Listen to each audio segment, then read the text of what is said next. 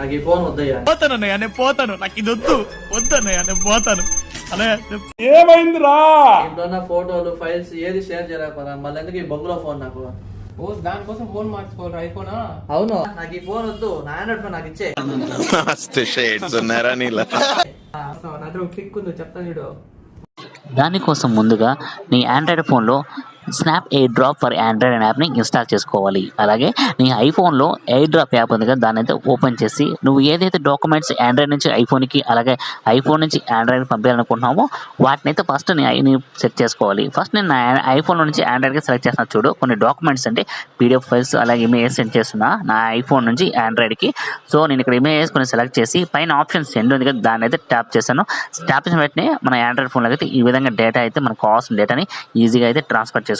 ఇది వీడియోస్ కోసం సబ్స్క్రైబ్ చేసుకోండి మన ఛానల్ని. Thanks for watching.